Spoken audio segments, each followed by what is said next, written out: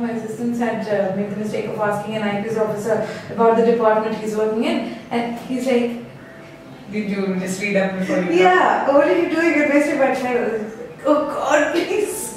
Good afternoon, fine. Good afternoon. Okay, so if doctor, if you could start with a little bit of a description about your field and your work. You start from there. So I'm a pediatrician. Yeah. So I take care of children from newborn to about 18 years. Though I do have a few patients who still come back to me even after they go to college. Okay. But most of the time it's 18 years. That's the general description of pediatrics. Oh, okay. Pediatrics, earlier it used to be, a specialty which was very much an outpatient setting, but now it has branched into a lot of newer things like neonatology. There's subspecialties of pediatrics. Neonatology is the newborn. Okay. And then there is a specialty called adolescent medicine, which deals with the 12 and 13-year and older, because we believe that the 12 to 18, they're still pediatrics, but they have very unique needs. So there is something called adolescent medicine. And all three together obviously still come under pediatrics. So I'm a general pediatrician, so which means that I do mostly care for children beyond the newborn period, after they're about 1 or 2 months till they're about 18. Okay. And I practice mostly in outpatient settings because pediatrics, when the children do get sick, they have to go into the hospitals. So pediatricians are involved in hospital care also. The majority of the pediatrician works happens in offices or outpatient settings. It is one of the non-surgical fields. I mean, we don't do any surgery. Like people ask, what does pediatrician do? We basically try to diagnose or treat you when you're sick. More importantly, I think one of the most important things of being a pediatrician is to prevent you from getting sick. Preventive care is kind of the core, essential part of pediatrics. I guess it should be of any practice of medicine, more so pediatrics, because we want the newborn to grow into a healthy, happy, I would say, a wholesome adult. So that's what pediatrics is about: physical and mental health of the child. Then let's talk about how did you start deciding to get into medicine and pediatrics? Was it something you knew from the very start? As you ask, when you talk about which career to choose, yeah. I always liked science and math. So as early as 9th and 10th, I used to get pretty decent marks. So I figured maybe these are two things. I studied both math and science in 10th to 12th.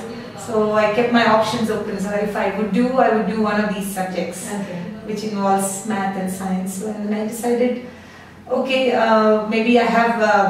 I didn't have a lot of idea about medicine, but I just knew that it was something that my parents also said, okay, this is a good job. It might be a good job for a girl. So again, I don't think many of us, when we went into medicine, we had the kind of clear idea of what it entails. And I think part of this series, this Preeti is trying to get you is to see, is it something you have it, or do you want to do it, or is it just doing it because someone is telling you? I think there should be some kind of, okay, this, I like it, or I want to do it. That's something you should and seeing your grandfather. Yes, I think it was an inspiration. I think all of us have some inspiration. I'm sure you might have seen some. You model your behavior after someone. So it could be a doctor that who treated you, or you want to be like somebody who you see and admire. So that's one thing. I think this was one, and then again, I think, as I said, once I knew that I liked science, biology was my favorite subject, and I used to get quite good marks, I would say. So I thought maybe I'll just give it a try, and we had the entrance exam. This is where I had just started the time when I graduated my high school. So I think things fell in place. So I went into medicine, but it is something which I always wanted to do. Plus I think the parents' encouragement, they said, okay, this you can do it, you should be able to do it. How did you prepare for entrance?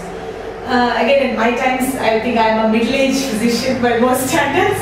So it was almost 27 years ago. I didn't go for any coaching. There was a lot of coaching available. We did do a lot of, again, you know, the entrance, the books, to do a lot of. But I think studying your +2 boards, you study well for your boards. I think 75% of the subjects or 80% of the subjects are covered in that. And the test taking skills, that's the most important thing about entrance exams, even not just now, not just for medicine. I think any field of you go to, it's not what you know, it's what you're able to write in the entrance. So test taking skills come with practice. So you do have to do some kind of, you know, some CDs or books which timed exams. So you kind of practice doing so many questions in a limited amount of time, and then try to, you know, the questions have a certain pattern. So you try to formulate your studies according to that. So I think it's a combination. You need to know your subject, plus you need to be a little smart about how to take exams. What is the unexpected perks of a day in a doctor? In my case, I think, you know, like this little earring I'm wearing. Most of my patients, they bring me little gifts like this. They make it at school, like the quilling. They bring me small bracelets, or they give me paintings or pictures which they've done, which are not. I mean, which really makes me happy, because it is not. They're not doing it for. You know, they're not. It's not money. It's just there. Or they bring me toffees for their birthday.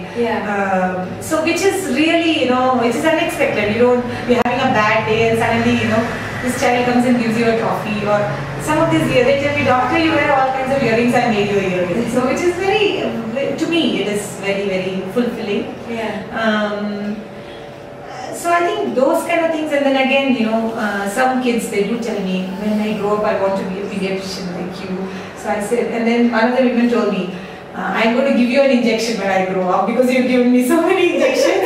I said, good, I'll be looking forward to that. Because she's one of my very old patients, so I have to do some frequent injections for her for a medical condition. She told me, when I grow up, I'll be a pediatric doctor like you, and I'm going to give you injections. So I said, good, that would be awesome. So I think those kind of things, the working with kids, they have this spontaneity, and you know, once you just, I guess, once I've had my kids, I realized how important it is to bond with the children. I mean, the parents say their kind of side of the story, you treat the disease. All that takes maybe 1/10 of the time that I spend with the child, but I think so I guess it's more of a bond with the child. And I've had children who I've seen growing up from. I have a few kids now who have gone to medical college, a few who have gone to law school. So satisfying for them, you know, they come back and tell me, they come on the vacation, they tell me, I have a few who still come and see me, just telling me that, you know, how good it is to see, and I really wanted to do medicine. So I just feel it kind of, maybe I was part of the inspiration. That's kind of nice to hear. Next question. There's so many students. When I ask them what they want to be, they want to take a medicine. If I taught them what they want to do in medicine, then they say pediatrics. So there are all these kids out there, and they want to be doctors. Some don't know what they want to be. A lot of them surprisingly want to do pediatrics because they can somehow see that as something nice to do. So you as the kid, from there to becoming doctor, was there anything you think you could have done differently that in the way you, in this process? I mean, maybe I should have done a little bit of that, or a little less of this, or worried a little more, or worried a little less about pediatrics. No, about becoming the doctor that you reached today. Like, was it as difficult as you thought it would be, or is it less difficult, or is it more enjoyable, or should you have been more prepared for how difficult it is, or you know? No, I think it is challenging when you are there. Again, you know, there are times like these are all always the first years in every course. An MD. So what kept you going? I think at the light at the end of the tunnel, or whatever you call it. I knew, like the others who they told me, you know, the friends. Okay, this will get better. First year you have call every 4 days. In the second year it become every once a week. And third year you won't have so many calls. And then once you graduate, you don't have to do calls. You don't have to. So that kind of thing, I guess, to have a good group, a support group, that's peers, obviously. I mean, that comes with every college you go. You have a group of friends who support you through it. Then a supportive family. I mean, my husband and my parents, especially my husband. I think I did my residency after I had my older one. It was really challenging. So I think it's very important that you have a good support system in place, especially for women. I think more men too. But in Indian society, I think women are supposed to do everything. Superwomen. I said, nobody is a superwoman, but you have to have a good support system. Either, I think, parents or husbands or spouses really have to. Especially because some of the hours, initially at least, the hours can be long. Or maybe it's even, early on you have to set up this agreement. Okay, and this is what it's going to be. Work out all the arrangements and then go for this, rather than just going and then you can't finish it, something like that. So I really don't think it was. There are points, I will be very honest, that I thought, why am I doing this? Especially when you work 36 hours or longer hours, you get really tired. But then those are then the next, after a few days you bounce back.